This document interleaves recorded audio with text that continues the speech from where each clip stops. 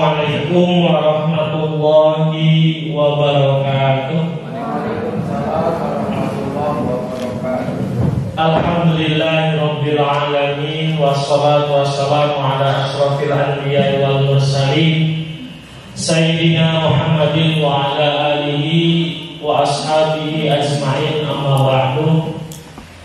Nashkurullah azza wa jalla, nusalli wa nusallim ila nabiyyina wa rasulina Sayyidina Muhammad sallallahu alaihi wasallam.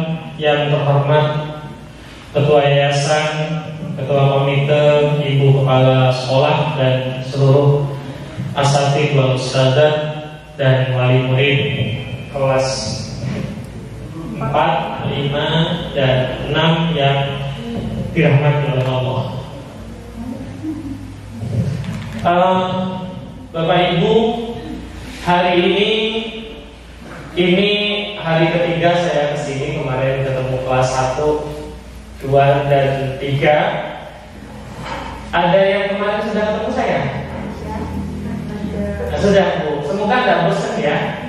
Oke, kita ilmunya berbeda walaupun gambarnya sama dan orangnya sama.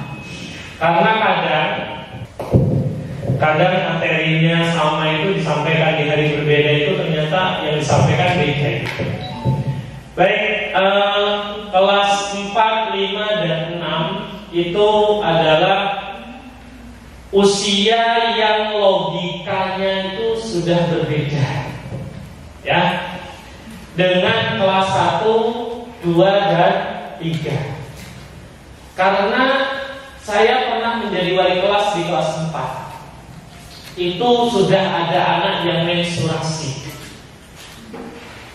ada anak yang secara fisik itu sudah seperti orang yang SMA. Kelas 5 juga sama. Dulu mungkin ibu-ibu kalau menstruasi itu SMP ya, Bu ya. Bahkan mbak-mbak kita mungkin SMA gitu. Kalau anak zaman sekarang itu SD sudah menstruasi, Pak. Kenapa bisa seperti itu? Makanan, jajanan, pengawet, pewarna, penyedap, ya. Ayam potong itu dipotong setelah 1 tahun apa cuma sebulan? 40 hari. Bahkan 28 hari pun ada. Kenapa Pak saya perlu kok tahu? Karena saya pernah dijemput mau ngisi pengajian itu. Malam-malam sama panitia saya dijemput, yaitu pengajian Maulid Nabi di Muntilan. Drivernya itu saya tanya, kerja apa Mas? Saya di Pak, peternakan ayam. Ayam apa? Ayam potong. Saya tanya, gimana caranya? Oh, ya banyak cara Pak. Gimana caranya untuk banyak gitu kan? Berapa hari Mas motongnya? Paling cepat itu 28 Pak. Ya, rata-rata kita 30 dan kita potong katanya. Tapi ada yang lebih juga, tergantung kondisi. Nah, kenapa ayam kampung sebulan bisa dipotong nggak Pak? Belum.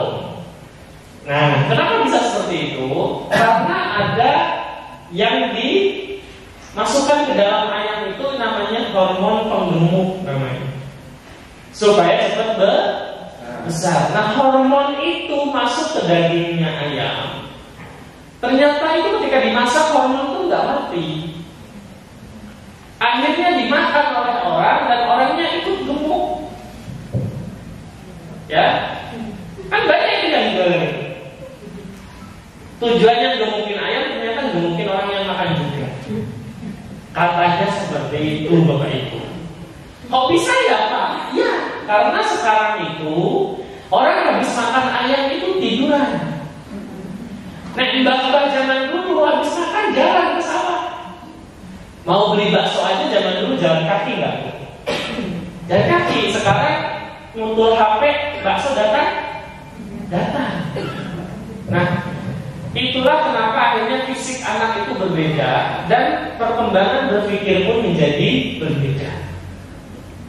Jadi sekarang itu mau nggak mau orang tua itu memang harus belajar Pak. Saya sampai ngasih usulan ke Kementerian Agama lewat teman saya yang saya kenal di penyuluh, di pengawas agama. Saya sampaikan, coba adakan seminar opo diklat, opo pelatihan, pesertanya calon pengantin baru, suami istri yang sedang istrinya hamil dan mau melahirkan. Kumpulkan jadi satu, kasih ilmunya. Semua orang bisa menikah, semua orang bisa punya anak, tapi tidak semua orang bisa mendidik anaknya dengan baik. Betul tidak? Apalagi anak zaman sekarang. Ya, dikiranya nikah itu enak. Begitu punya anak, mbahnya berubah jadi tukang ngomong. Ya, terus akhirnya anaknya korban. Korban apa? Korban ketidaktahuan cara mendidik anak. Nah, acara hari ini kenapa dikasih judul spiritual parenting?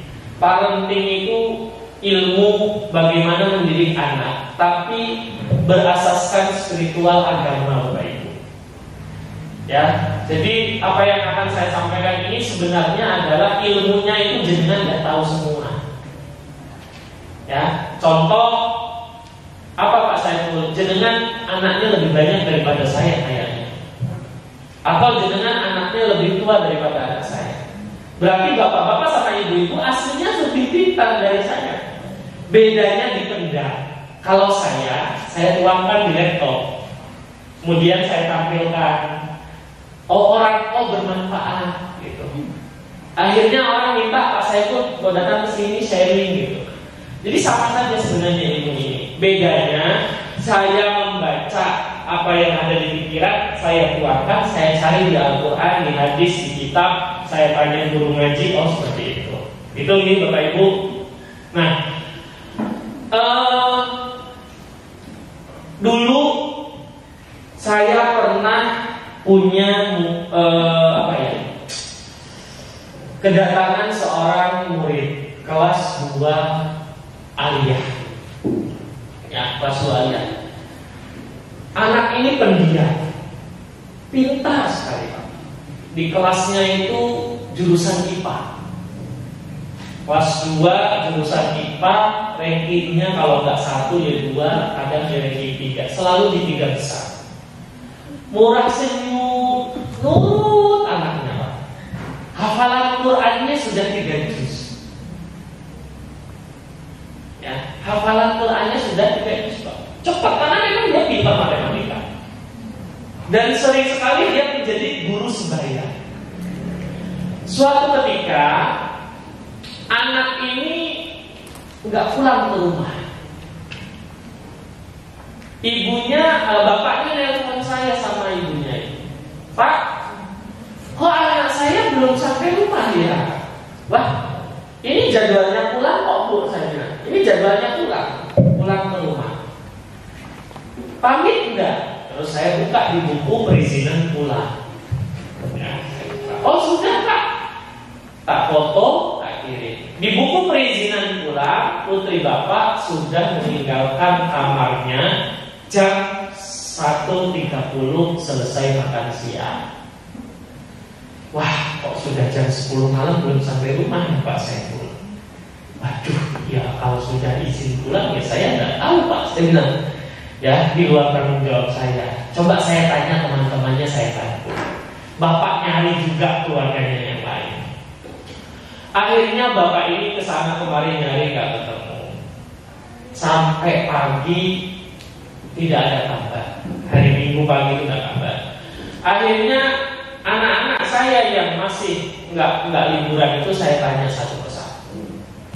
Wah mungkin ke rumah temennya Pak. Temennya siapa aja saya minta nomor handphone. Saya cari, saya hubungi, nggak ketemu.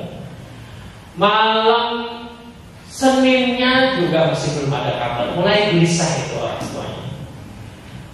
Akhirnya saya minta ke Satpam. Pak Satpam, tolong kalau nanti ada anak ini datang Senin pagi, tolong ditahan di pos Satpam dulu. plus sama yang nganternya. Akhirnya satpam itu bekerja dengan baik. Ketika itu sebenarnya saya mau berangkat ngajar, Pak. Oh, pasti anaknya sudah datang. Saya bilang, siap. Saya ke Pak Satpam, anaknya datang, terus yang nganter siapa ini? Oh ya sudah. Saya foto motornya, saya bawa naik ke asrama. Kamu hari ini masuk sekolah dulu. Sekolah, malamnya habis sisa saya pakai. Dari mana, Dok? Saya bilang, kamu kemana saja 2 hari? Kok orang tuamu sampai kewalahan nyari? Anak ini gak mau cerita, diam saja. Paling ngomong itu berkelit ke sana kemari sampai jam 12 malam. Dari habis sisa. Kemudian saya sampaikan, Mbak, saya dulu di pesantren ini bagian keamanan pondok. Biasa nangkep maling, biasa nangkep santri kabur, biasa nangkep santri pacaran. Kalau cuma menginterogasi kamu sampai subuh saya keluar. Ya sudah, kita teruskan sampai subuh, sampai kamu mau berbicara. Akhirnya anak itu menyerah. Jam 2 anak itu berbicara akhirnya. Kamu pulang kemana kemarin? Saya pulang ke rumah si A. Kamu bilang? Iya. Siapa si A ini? Si A ini orangnya baik sama saya, Pak. Perhatian, ngasih uang juga, ngasih jajan. Oh, kakakmu? Bukan. Keluarga? Bukan. Kenal aja dari handphone. Akhirnya singkat cerita saya merinding badannya itu, karena dia ternyata itu punya pacar itu 7. Kalah-kalah ke saya bilang. Ketika itu saya belum menikah, Pak. Ya, saya belum menikah. Aduh, kok kalah kalau ide ya. Ya udah, saya simpan bukti-bukti dan lain sebagainya. Kamu tidur sana, ya. Habis subuh saya menghubungi pihak sekolah, kemudian wali kelas, termasuk bapak. Saya cuma nelpon bapaknya, Pak, Bapak milih masuk surga apa neraka? Oh, surga, Pak Saiful. Saya kok khawatir jenengan masuk neraka tidak kuat. Kenapa toh? Jenengan datang pagi ini ke tempat saya. Ya, saya mau cerita. Saya cuma khawatir jenengan besok masuk neraka. Oh, siap. Jam 6 kurang seperempat bapaknya sudah datang, wali kelasnya sudah datang, gurunya sudah datang. Ya, saya sampaikan apa adanya. Terus solusinya gimana, Pak Saiful? Tarik anak ini dari sekolah, segera bawa ke KUA. Kalau bapak ingin selamat, ya, keluarkan anak ini dari sekolah. Bu guru izinkan orang tuanya, nikahkan segera. Terserah pilih dari yang 7 itu yang mana. Karena yang 7 ini yang 4-nya sudah beristri semua. Nah, gitu kan. Nah, Bapak Ibu, kenapa cerita yang dramatis dan sinetron ini saya ceritakan ke jenengan? Karena jangan sampai ini dialami oleh orang lain selain orang ini. Saya tidak mau ada orang lain yang mengalaminya. Ketika anak ini saya tanya, Mas, Mbak, kenapa kamu seperti itu? Jawaban anak ini polos. Saya kecewa dengan bapak saya. Kenapa? Bapak saya nikah lagi. Nah, ini kan kita berarti punya perempuan lain, ya kan? Bapaknya senang, anaknya stres. Nah, bapak saya nikah lagi, Pak. Ibu saya dipisah. Oke. Berarti yang nelfon saya kemarin ibu tirimu. Ya, itu ibu tiri saya. Yang kedua, kenapa? Bapak saya itu tidak pernah mengapresiasi saya. Saya ini ranking 1, ya tidak dikasih hadiah apa-apa. Saya ranking 2, boro-boro ditanya, Pak. Oh, yang ngambil rapor ke sekolah ya saya. Saya ranking 3, nggak pernah tuh. Oh, kamu hebat, anak bapak hebat. Dan ini terjadi dari sejak saya SD, Pak. Cuek banget bapak saya itu. Jadi percuma juga saya itu jadi orang baik sama prestasi. Bapak saya yang itu yang katanya anak itu milik bapaknya nggak pernah ngasih apresiasi apa. Nah, terus kok kamu seperti itu? Ya karena orang-orang itu yang ngasih uang ke saya sering dikasih jajan, dibeliin pulsa, dibeliin baju, perhatian mereka sama saya, Pak. Maka ketika anak itu hilang perhatian di rumah, dia akan mencari perhatian di luar rumah. Anak itu jangan kaget Bapak Ibu. Ketika ada anak lebih nurut sama temannya, omongan temannya lebih didengar. Pernah terjadi? Nek ibunya dari anak, nek koncone ayo dolan siap gitu. Betul nggak tuh? Maka jangan sampai dikuasai kenyamanan anak itu dikuasai oleh orang lain. Jadikan rumah orang tua pelukan ibu dan bapak itu adalah orang ternyaman bagi anak kita. Kenapa? Ini penting saya sampaikan. Kenapa ada itu yang di lampu merah Palbapang itu antingan, ya kan? Tindian. Pernah lihat tuh? Kalau lapar itu ada mobil berhenti, prok, gitu kan? Minta apa Bu? Minta uang. Buat beli apa? Makan. Habis makan mereka kembali lagi kan? Enggak. Kalau lapar datang lagi. Mandi enggak itu? Enggak. Papa saya pun tahu. Karena pernah ada murid saya SMP itu jadi kayak gitu, ketemu saya di lampu merah ditempel. Dia prok itu kan tak buka jendela. Langsung tak tunjuk itu jidatnya. Kamu ngapain? Pak guru katanya. Loh, kamu ngapain di sini? Mencari kebahagiaan, Pak. Mencari kebahagiaan. Saya kenal dengan mbaknya. Mbaknya itu ustazah. Bapaknya itu guru agama. Ya, ketemu anaknya. Setelah saya telusuri, saya tanya guru yang lain. Karena apa? Ada dia punya nilai positif tapi tidak diapresiasi oleh orang. Nah, kembali ke cerita murid saya yang perempuan tadi, Pak itu. Satu, gak pernah diapresiasi. Dua, berperhatian. Kecewa dengan orang tua. Dia mencari perhatian lain di luar rumah. Dan ternyata, ya, di Magelang itu ada sebuah komunitas khusus anak-anak yang tidak bahagia di rumah. Di rumah dia tidak bahagia, maka dia mencari komunitas di luar rumah. Ya. Kita jangan kaget. Bahkan mereka itu nekat-nekat menciptakan kebahagiaan. Nah, apa tujuan kita hari ini bertemu di sini? Ternyata Bapak Ibu, anak itu akan akrab dengan kita ketika kita bawa anak kita itu bareng-bareng, ya. Itu menuju kepada kesolihan.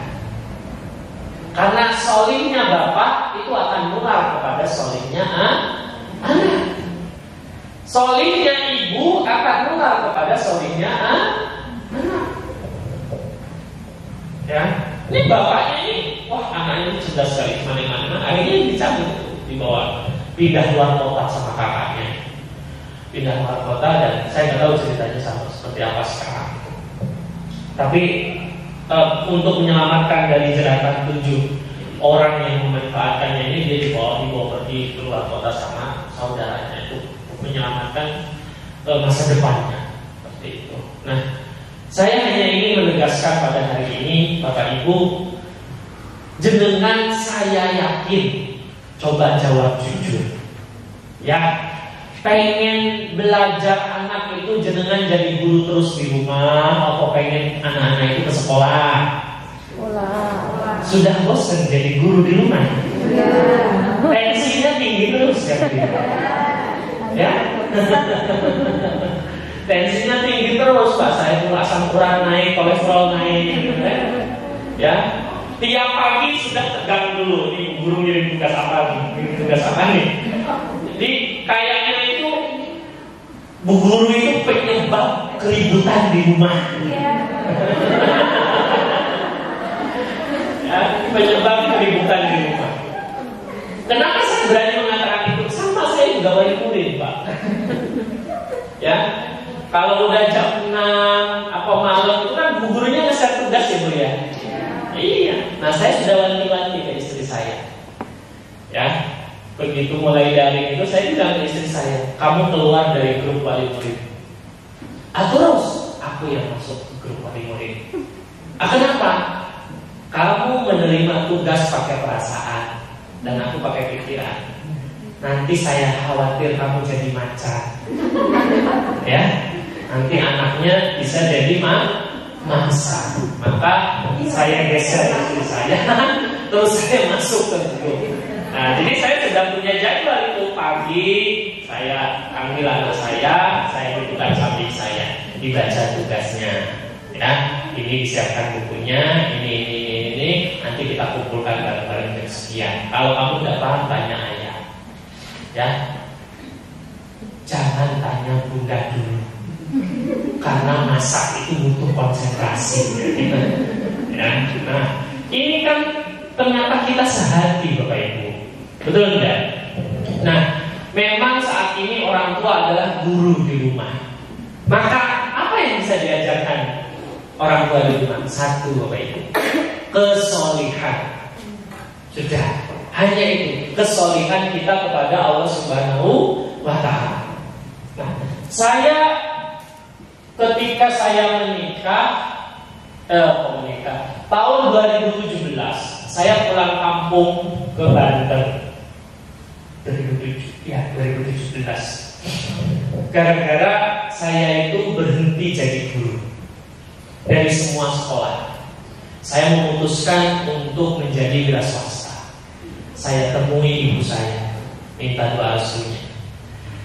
Ketika saya sholat maghrib, yang jadi imam itu kakak saya nomor 2, itu alumni dari pesantren Lingkungan. Di belakang kakak saya itu saya, di samping saya itu abah saya, sampingnya lagi kakak saya, sampingnya lagi adik saya, sini kakak yang paling tua. Di masjid kampung itu, sebelum takbiratul ihram itu kok saya itu ada rasa pengen nolak gitu. Sebelum takbiratul ihram, lalu saya bangun. Sekeluarga, bapak saya punya anak laki-laki 5, saya nomor 4. Ketika saya menyaksikan kakak saya jadi imam dan kami satu baris sholat jamaah di situ, yang saya pandang lama itu abah saya. Saya berteriak di hati saya, Anda sukses Pak. Bapak sukses, mendidik anak Bapak sukses. Apa buktinya? Hari ini kita sholat berjamaah walaupun usia kami sudah dewasa. Kan tugas orang tua mensolihkan anak, betul nggak Pak? Nah, bapak saya ini dulu tidak sekolah.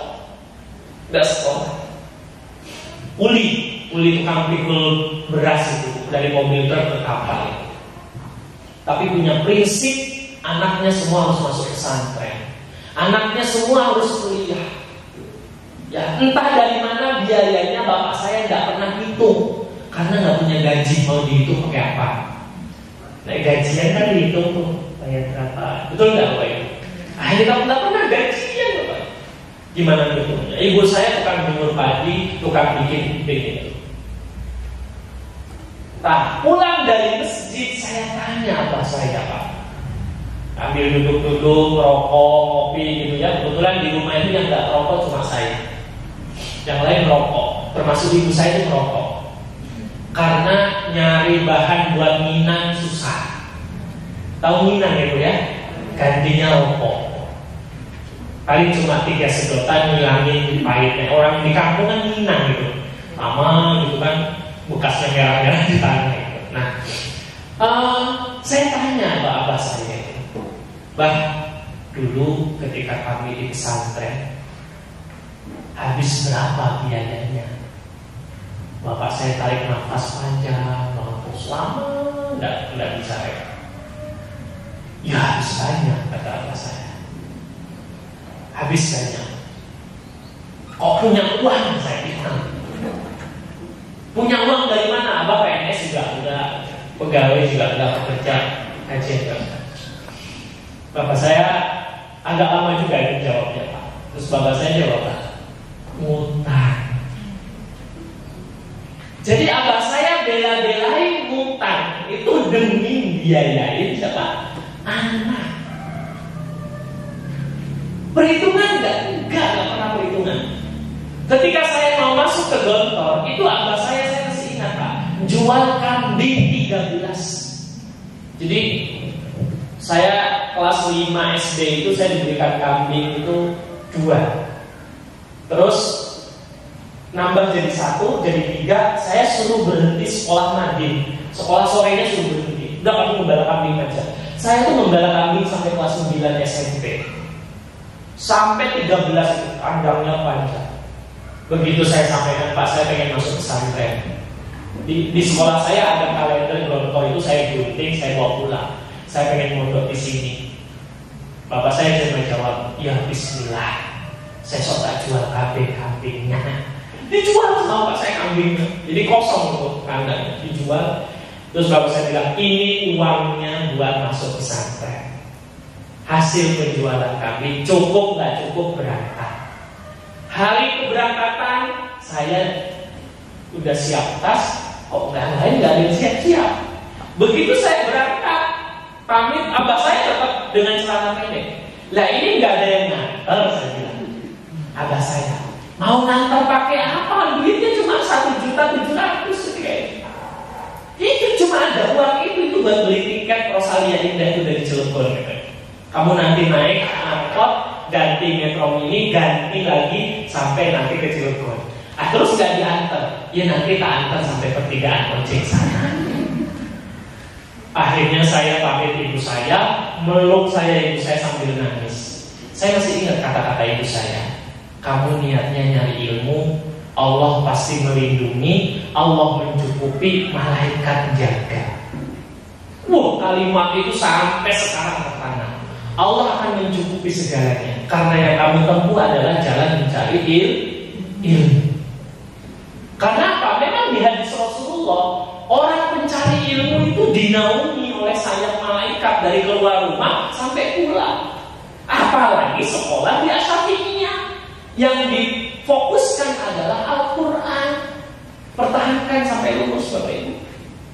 Gak usah umat pandemi pindah pondok baik, jangan pindah sekolah yang indah. Fokus di sini selesaikan. Nanti malaikat yang akan membantu Bapak Ibu. Nanti Allah yang akan mencukupkan semuanya.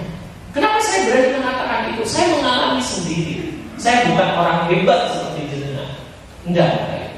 Akhirnya saya bawa ngeteng tas itu 2 besar itu. Saya masuk angkot itu merebes sendiri. Ya mungkin ya malas gitulah bahasanya. Saya ke Cilegon beli tiket di Rosalia Indah itu selingo anak lulusan SMP itu. Sendirian itu naik bis itu saya nangis. Tapi ada wali kelas saya yang baik hati. Tahu saya mau ke pesantren, dia beliin jeruk sekilo. Ya wali kelas saya SMP itu. Ini jeruknya dibawa, naik nangis makan jeruk aja. Jeruk itu habis selama di bis. Karena saya nggak berani turun kecuali cuma numpang sholat terus masuk lagi, takut ketinggalan bis. Turun di Madiun terus ke Ponorogo terus ke Gontor naik angkot saya. Daftar sedih itu. Yang lain diantar ibunya, mbaknya, Pak RT-nya mungkin ya ikut nganterin semuanya, lah saya sendirian. Begitu daftar ulang, uangnya kurang 900.000. Iya, belum beli ember, belum beli kasur, belum beli apa-apa. Nekat saya, Bu. Ada rasa keberanian yang Allah berikan di hati saya. Ngutanglah saya ini.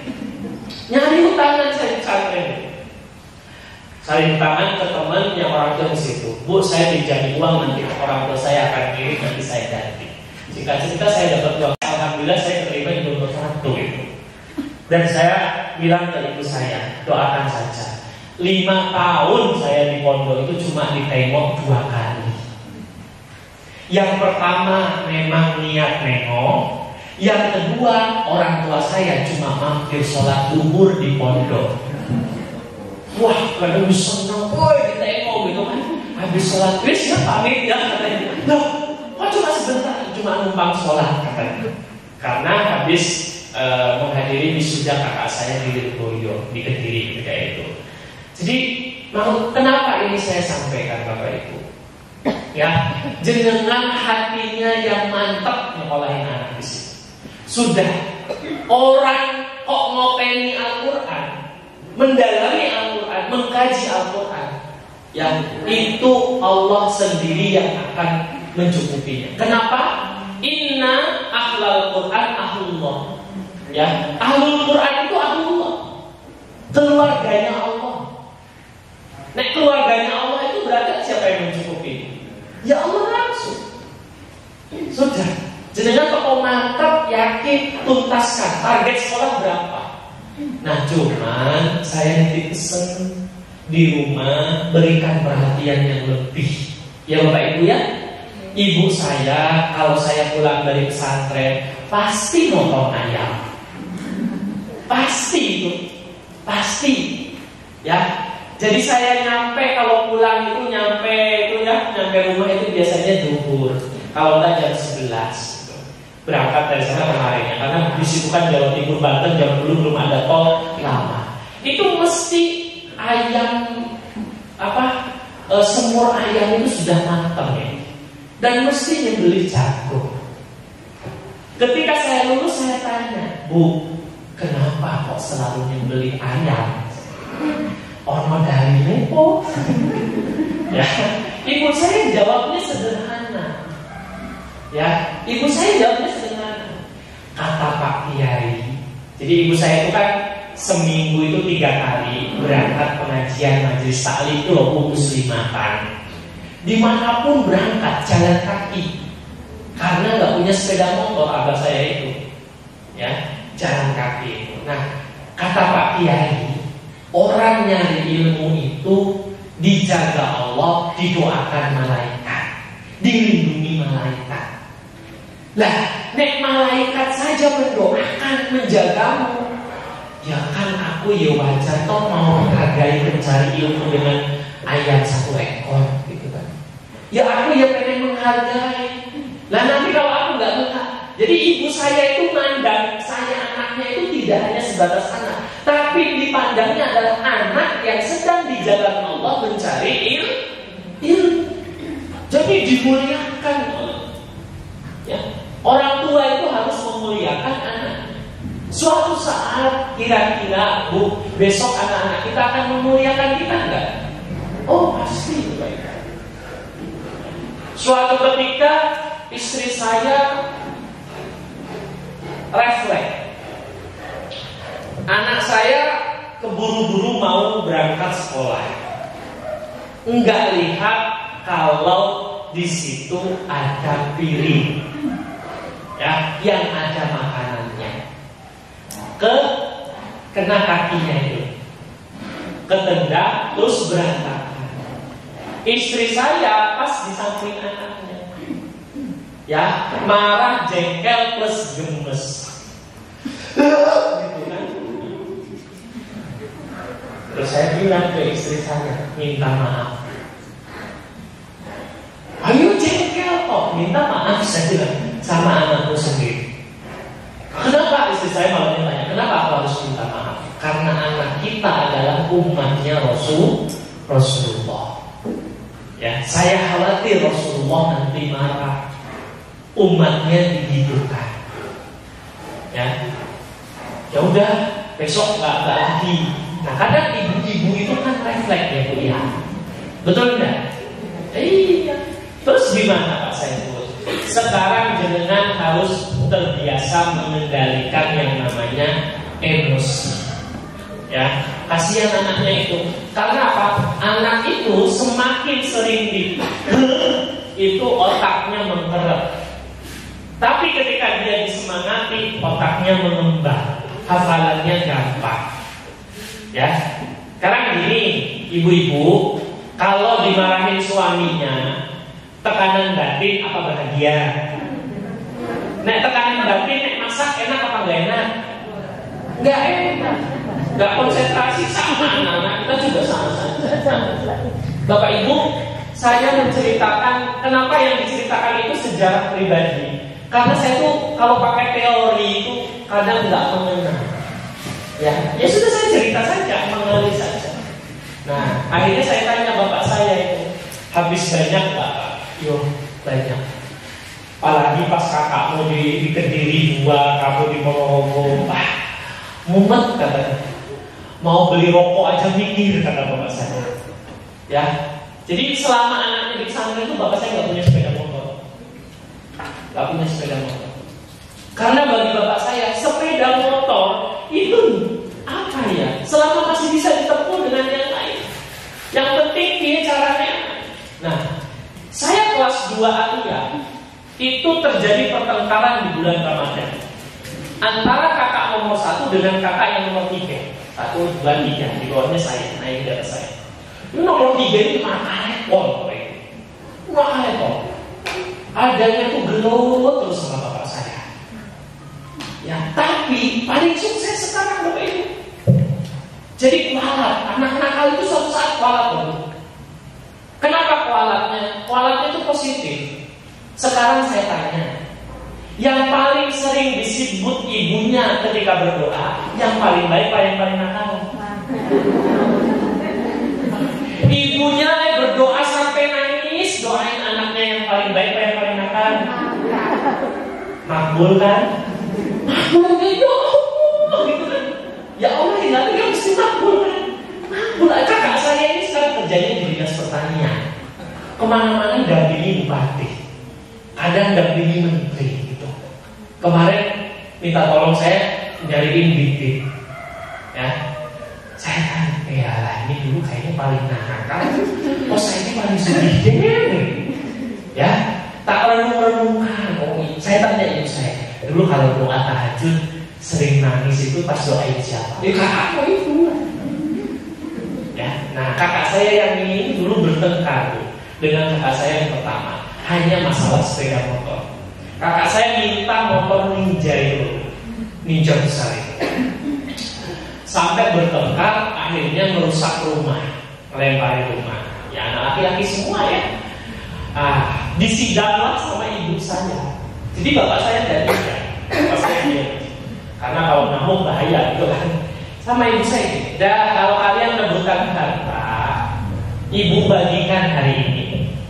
Kamu di sini, kamu di sini, kamu di sini, kamu yang ini, kamu nanti dapat rumah ini sepotong, kamu nanti. Nah, kamu dapat sepeda motor. Mintanya sepeda motor. Aku kasih hari ini, tapi mohon maaf, setelah hari ini kita selesai urusannya. Silakan hidup sendiri-sendiri. Yang mau harta, aku kasih harta. Tapi kata ibu saya, yang mau menjadi orang alim, yang mau menjadi ahli ilmu, akan aku biayai sampai bajuku di lemari habis, aku jual buat bayar SPP. Suatu saat aku kok nggak punya uang dan kamu nunggak SPP-nya, baju di lemari aku jual dan yang aku pakai akan aku jual. Gak apa-apa, aku hidup telanjang. Yang penting anakku di pesantren itu bayar SPP-nya, bisa sekolah dan dapat ilmu. Mendengar itu saya langsung nangis. Kemudian saya ngomong, saya milih jadi orang alim, Bu. Saya akan kembali ke pesantren dan saya akan tuntaskan ilmunya di pesantren. Saya akan belajar sungguh-sungguh sampai saya bisa baca kitab, saya bisa bahasa Arab dan sebagainya. Nah, kakak saya balik ke Leboyo, saya balik ke Tonton, kakak saya kembali ke Serang, ada dua. Terus kowe opo? Ya sepeda motor. Akhirnya besoknya dibelikan sama ibu saya. Jual tabungan cincin atau apa itu. Dibelikan sama ibu saya. Nggak nyampe sebulan tabrakan hampir 6 bulan itu di kamar. Nah, kualat ya itu. Karena apa? Karena ya itu ridhonya Allah itu ada di ridho orang tua.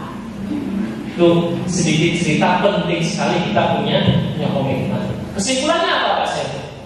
Jika bapak dan ibu saya bisa mengantarkan anaknya, bisa ngaji, bisa selesai kuliah, walaupun ibu saya wong deso, dan jenengan itu lebih baik daripada orang tua saya bapak ibu, maka optimislah. Besok putra putri jenengan itu lebih pintar dari saya, lebih sukses dari saya. Ya Bu ya, husnudon saja. Ya, husnudon saja. Nah, maka mari kita perbaiki semuanya. Kehalalan yang masuk ke perut, ya Pak ya, ya Bu ya. Kalau mau masak itu baca doa dulu Bu. Jangan sambil marah-marah masaknya. Ya.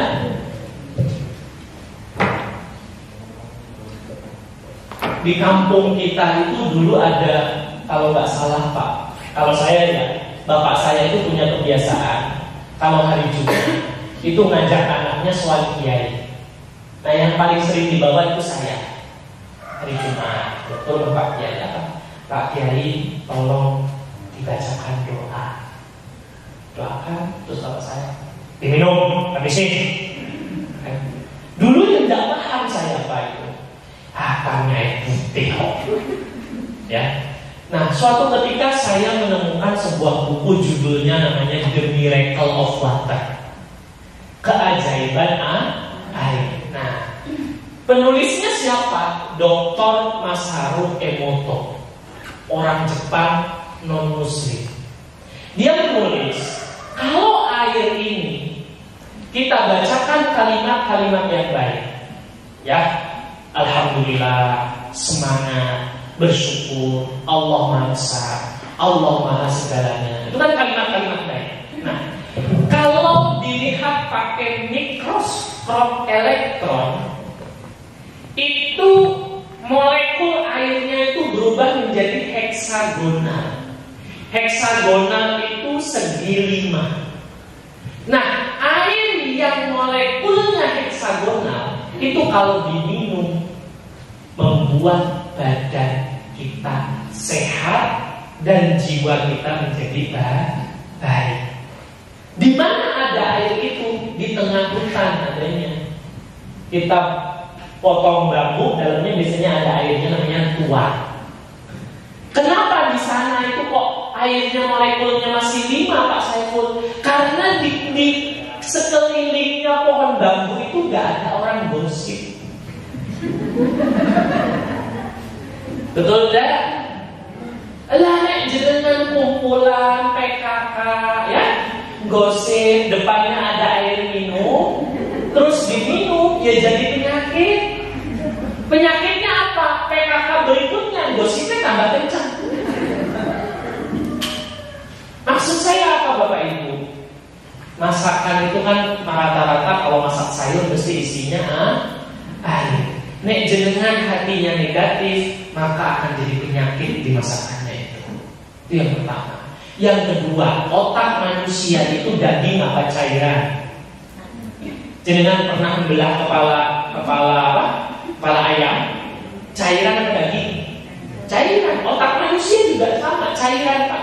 Jenengan kurang minum itu pusing apa fresh? Pusing. Orang migrain itu kalau pengen sembuh minumnya 8 liter per hari. Ya, saya pernah punya teman itu, udah gak sadarkan diri di Wonosobo itu. Terus sama dokternya, coba dilatih minum sehari 8 liter sambil olahraga. Nah itu di terapi kayak gitu malah sembuh. Karena apa? Ininya itu. Nah saya coba bayangin, nek otak anak itu cairan, nek ibu nek ngomong, oh bocah nakal. Anaknya sombong toh. Ya. Terus anaknya jawab, mungkin aku anak pungut gitu kan. Banyak kan nonton sinetron namanya kan. Nah ketika ibunya ngomong negatif terus, apalagi ini naik kelas 4, kelas 5, kelas 6, akalnya semakin berkembang ya tidak. Dan itu sudah jadi bocah nakal. Ngono wae ora iso. Wangel dikandani. Sudah jadi udah jadi seperti itu. Nah, jadi akumulasi itulah yang akhirnya direspon. Maka minuman, makanan itu harus diperhatikan, sisi kehalalan, sisi keadaan dan sebagainya. Jangan asal-asalan ngasih makan, Bapak Ibu. Ya harus diperhatikan ini di rumah. Ini penting sekali. Maka orang-orang nih, saya punya beberapa teman itu yang hafal Quran, yang mirai, orang yang hati-hati banget. Itu rata-rata nggak berani jajan di pinggir jalan itu. Betul nggak? Mereka sangat menjaga. Ada teman di sekolah itu, ya habis lembur pasang spanduk, ya promosi PPDB sampai tengah malam, mampir Lamongan. Aku pulang duluan aja, nggak ikut makan. Ya Allah Pak Ustaz, doakan dulu. Saya bilang, doakan ya, kendala mau. Saking hati-hatinya itu, ya saking hati-hatinya. Nah itulah kenapa kita kalau mau makan juga disarankan baca doa dulu supaya semua energinya menjadi positif. Nah jadi ketika air dan lain sebagainya itu merespon, Bapak Ibu, merespon air yang di gelas, air yang ada di dalam otak, darah dan tubuh kita. Gini, jenengan air-air ini sering dengar innalillahi ditolak ya? Betul enggak? Jenengan ada ketakutan, betul? Badannya itu tambah sehat atau tambah gregesi? Betul enggak? Jadi sebenarnya orang kena corona itu paling jahat coronanya apa, psikologisnya yang ngedrop. Ya, karena kata-kata yang ada dalam dirinya. Maka ada kalimat seperti ini Bapak Ibu. Omongan orang lain itu hanya 20% efeknya. 80% itu bisikan dalam diri kita. Misalkan saya ngomong ke jenengan, ya Bu ya, jadi orang kok kurung banget gitu kan, gak dikasih makan kok sama suami. Ini omongan saya ini efeknya hanya sedikit, tapi ibunya sampai rumah sampai nggak bisa tidur. Aduh, saya kurang, ini aku kurung banget. Seminggu nggak hilang-hilang. Jadi yang berpengaruh itu bisikan diri sendiri apa orang lain? Diri sendiri, Bapak Ibu. Diri sendiri. Sama anak kita pun begitu. Bocah kok nakal. Pas dia mau tidur kepikiran, cari ibuku aku nakal. Itu terjadi Pak di Gerabak saya tuh. Diundang isi motivasi kelas 9 saya. Plus orang tua, 250 orang tua, 250 siswa. Motivasi persiapan ujian nasional. Sesi akhir doa dipasangkan ke saya juga. Pak Saiful langsung dipimpin doa. Siap saja. Anak-anak tolong semuanya baca doa di awal Fatihah, kemudian ucapkan Robbi firli wali walidayya untuk orang tuamu. Siap gitu kan? Ada anak. Siapa yang nggak siap? Nggak mau mendoakan orang tuanya. Ada anak acuh Pak. Saya Pak, saya nggak mau doain ibu bapak saya. Wah seketika langsung saya masak lagi. Kok ada ya? Nah di belakang saya ini ada pengawas pendidikan dari dinas, komite, Pak Kiai. Kok ada anak kamu? Udah nanti saya panggil, sini maju ke depan, saya rangkum. Orang tua hadir, ada Pak, tuh di belakang. Nah, siapa yang hadir? Bapak sama ibu saya hadir semua. Kenapa kamu nggak mau mendoakan orang tuamu? Males aja, jengkel. Apa yang membuat kamu jengkel? Bapak saya sering main tangan sama saya. Terus kalau saya itu melakukan kesalahan, mesti ibu saya itu neriaki saya itu bocah goblok. Sejak itulah saya bercita-cita ingin menjadi manusia yang goblok Pak. Tanya bu guru, saya gak naik kelas berapa kali. Saya konfirmasi ke bu gurunya, ternyata kelas 7 2 tahun, kelas 8 2 tahun, kelas 9 2 tahun. Pantesan badannya besar, tinggi lagi. Ternyata memang dia sengaja kalau ada PR, kok gak dikerjakan. Nggak apa-apa. Oh bocah nakal. Emang ibuku bilang nakal, kok ya aku nakal. Kata ibu saya itu nakal. Saya akan betul-betul mewujudkan ibu saya. Itu benar-benar terjadi itu, nyata real itu di SMP. Ya, akhirnya acara itu saya stop, saya panggil orang tuanya ke depan. Yang pernah merasa melahirkan anak ini maju saya kira. ibunya maju, wah ibunya kayak artis, lipstiknya tebal, ya make upnya juga, wah dandanannya itu ya, pakai jilbab tapi seksi tuh ya, maju ke depan jadi pusat perhatian. Betul ibu yang melahirkan? Iya. Betul ibu sering bilang goblok ke anak? Iya Pak. Ini hasilnya. Kira-kira yang salah jenengan atau putranya? Saya Pak. Sekarang silakan minta maaf duluan. Akhirnya ibunya itu minta maaf, dipeluk anaknya nangis, kayak menahan unok-unok yang setiap tahun. Akhirnya satu ruangan itu nangis semuanya. Saya bilang belum dimulai doa kok udah nangis semua ya, gara-gara menyaksikan kejadian yang luar biasa. Nah, jadi semua memang harus diperhatikan, sikap, pola pikir diperbaiki semuanya. Nah, yang saya jumpai itu adalah pelajaran buat kita semuanya Bapak Ibu. Jangan sampai kita melakukan dan ternyata ada orang lain yang kena efek. Maka sore ini saya ingin menyampaikan ini Bapak Ibu. Intinya ini, ada para nabi itu dalam mendidik anak itu luar biasa. Yang pertama, menunjukkan perhatian itu ke anak dalam apa? Dalam doa. Apa doanya Nabi Ibrahim? Ada yang hafal? Apa? Robbi habli minas sholihin. Doa berikutnya apa? Robbi ja'alni muqimas sholat wa min dzurriyyati wa taqabbal du'a. Ya Allah, jadikanlah aku yang menegakkan sholat, ya, dan juga dzurriyyati. Dzurriyyah itu anak apa sak putune? Anak sak putune Pak? Asal terus. Itu kalau jenengan buka ngaji kitab tafsir Ibnu Katsir, di ayatnya itu disebutkan wa alhaqna bihim imanahum. Nanti itu sampai 7 turunan itu diungkit. Ya, bahkan di tafsir Ibnu Katsir ditafsirkan yang pertama, di situ ada seorang bapak itu masuk surga, tapi diinterogasi sama Allah. Jenengan masuk surga, kok sendirian? Kata Allah. Kenapa anakmu sama istrimu nggak diajak? Dalam hadisnya itu, ya. Gimana ya Allah? Saya itu sudah nasihati istri saya, tak suruh ikut ngaji, tak suruh sholat, tak suruh pakai jilbab, tapi istri saya tidak nurut. Anakku piye?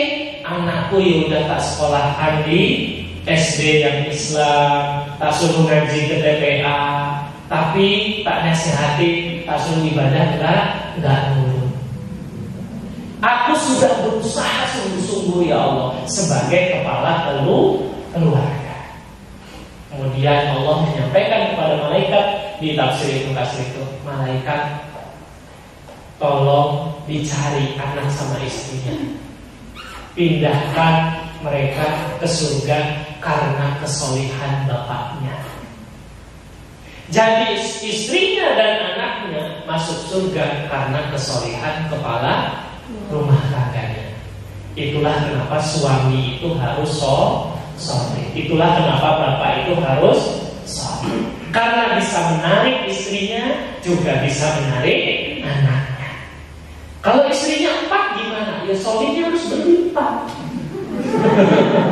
Ya, wah nanti gimana? Tanggung jawab gitu kan. Nah, jadi bapak ibu, disinilah pentingnya.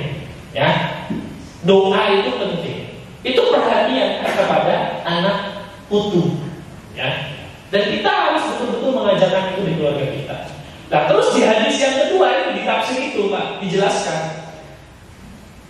ada bapak-bapak itu juga sama ibu-ibu itu masuk surga bingung. Kok aku malah masuk surga ya? Kamu kok bingung kenapa? Lah saya ini ahli maksiat. Kok di sini tempatnya? Dijawab sama Allah, bi istighfari waladika laka. Kamu ada di surga sekarang. Itu karena anakmu rajin beristighfar untukmu selaku orang tuanya. Tuh. Ya kan? Kesolihan anak dan kesolihan orang tua. Ada bapaknya ahli maksiat, tapi tiba-tiba posisinya dimuliakan Allah masuk surga karena anaknya selalu istiqomah. Rabbighfirli wa liwalidayya warhamhuma kama rabbayani shaghira. Di SD inilah anak-anak itu diajarkan seperti ini. Di SD ini nggak cuma diajarkan Rabbighfirli, tapi dia dididik menjadi ahli Al-Quran. Judulnya saja tahfidz, Pak. Nah, orang ahli Al-Quran itu ada Al-Quran di dalam dirinya. Mesti Rabbighfirlinya anak kita itu makbul. Dah pokoknya mantap aja jadinya sekolah yang anak di sini. Gitu ya Bapak Ibu ya. Nah itu. Terus yang kedua, menciptakan komunikasi yang sehat. Seringlah ngobrol dengan anak. Beda ya Bu ya. Berbicara kepada anak sama berbicara dengan anak. Ya, itu ada perbedaan Bapak Ibu. Ya, saya nggak pernah berbicara kepada anak saya, tapi saya selalu berbicara dengan anak. Kalau berbicara kepada anak, ini bapaknya, ini anaknya. Tapi kalau berbicara dengan anak, ini bapaknya, anaknya di sini. Kalau di depan ini, ayo kamu kerjakan PR-nya, itu anaknya apa? Merasa terinterogasi. Tapi kalau dirangkul, dijejeri, itu dia merasa lebih nyaman. Ya, contoh misalkan saya nyentuh pundak bapak ini kan beda sekali, maaf Pak ya, itu beda. Temukan pundak itu beda. Tapi nek tak tunjuk, kamu kerjakan tugasnya, itu dia kayak teng gitu. Tapi nek ditepuk pundaknya. Maka ini sharing ya Pak ya, tidak kesombongan, tidak sharing. Saya itu menterapi anak saya sendiri. Itu tiap mau tidur, itu kepalanya saya elus-elus, saya pegang, itu saya bacain sholawat. Sakuan ya, saya pegang kepalanya tuh saya pijetin ini, tapi sambil saya sholawati. Wah, itu ternyata bikin sehat. Itu ternyata bikin anak itu mau tidur itu dia kayak merasa mendapatkan kasih sayang yang luar biasa. Ya, tak sholawati ya gitu ya. Dan itu akan terus direkam oleh anak saya. Kamu pun jenengan daripada asik dengan sinetron, mending asik dengan anak. Jangan masih ya, janjian sama Mas Al mana? Astagfirullah. Ya, Mas Al dirindukan ya. Aldebaran. Ya, ini ibu-ibu yang ketawa kayaknya memang fansnya Aldebaran ya. Sudahlah Bu, ya, jenengan itu bagi waktu lah. Ya, jangan bagi waktu. Jangan sampai jenengan itu lebih baik jenengan tertidur ketika ngelusi anak sambil bacain sholawat daripada jenengan tidur Mas Al nonton jenengan. Lah, itu tidur gitu kan, depan di TV malah kebalik. Nah, padahal Bu, ya, yang meninggal banyak kena corona, betul nggak? Meninggal. Tiap malam Allah melatih kita meninggal sini. Apa? Tidur. Tidur itu latihan mati. Latihan mati itu tiap hari. Maka doanya bismika Allahumma ahya wa amut. Dengan namamu aku hidup dan dengan namamu mati. Dengan tidur mau apa itu? Mau mati. Begitu bangun tidur doanya apa? Alhamdulillahilladzi ahyana ba'dama amatana. Segala puji bagi Allah yang telah menghidupkan kami kembali setelah mematikan kami. Loh, kapan lewat ini Gusti Allah? Ya pas tidur itu kan. Betul enggak? Pas jenengan tidur saya tanya, roh jenengan yang genggam siapa? Allah. Nek Allah sayang dibalikin lagi mau sembuh. Nek pas Allah enggak sayang digenggam terus. Ayo. Kan yang muncul jenengan namanya ditoa itu. Innalillahi wa inna ilaihi. Betul enggak? Betul. Maka jangan sombong jadi. Karena itu itu ada sebuah kampus yang salah satu profesornya itu melakukan penelitian tentang ruh itu. Saya kemarin lihat di YouTube malah, ya. Jadi dia salah satu kampus terbaik di Amerika.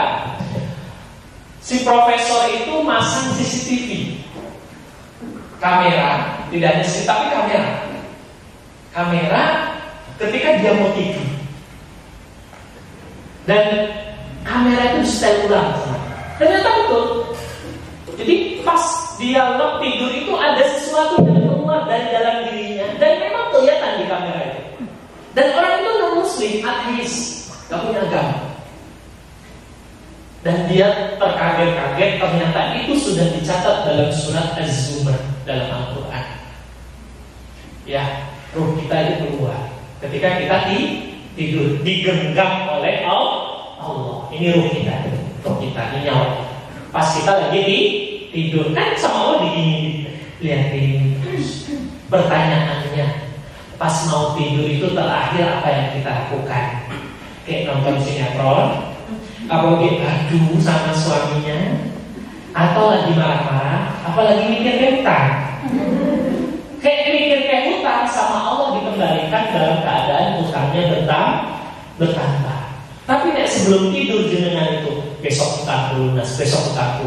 Kira-kira Allah dikembalikan sama Allah dalam keadaan membawa solusi atau membawa masalah?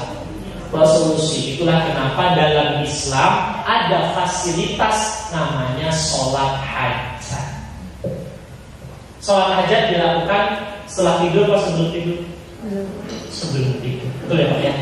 Nah itu fasilitas supaya ketika kita tidur itu kita membawa hajat kita.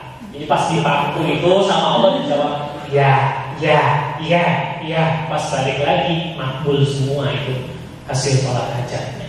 Cuma terkadang orang mau tidur itu nggak sempat baca doa, padahal hadis Rasulullah paling banyak itu nyuruh zikir itu sebelum tidur. Maka yang namanya Gus Baha itu kalau cerita, saya itu kalau zikir sebelum tidur itu kadang 14 sampai jam 2 malam nggak bisa tidur karena saking nggak kuatnya siap menghadapi kematian. Nah kita sebelum tidur update status, harus ngantuk tak pusing, update status. Maka saya sering bilang ke istri saya pakai tasbih digital itu loh yang harganya 5 ribuan. Saya bilang kalau mau tidur dipegang tasbihnya. Entah kamu mau baca apa terserah. Yang penting di mata Allah sebelum tidur kita sedang berpikir. Nah, komunikasi yang sehat itu dicontohkan Nabi Yakub dengan anaknya. Siapa nama anaknya Nabi Yakub yang terakhir? Yusuf. Nabi Yakub punya anak 12. Ada di sini yang sama seperti Nabi Yakub? Boleh ditiru Bapak Ibu. Gak apa-apa, banyak anak banyak rezeki. Nenek saya anaknya 11 Pak. Ya, nenek saya tadi 11 meninggal di usia 98 tahun kemarin, 15 hari yang lalu. Itu nggak pernah sakit, nggak ada penyakit, dan nggak pikun sama sekali. Setelah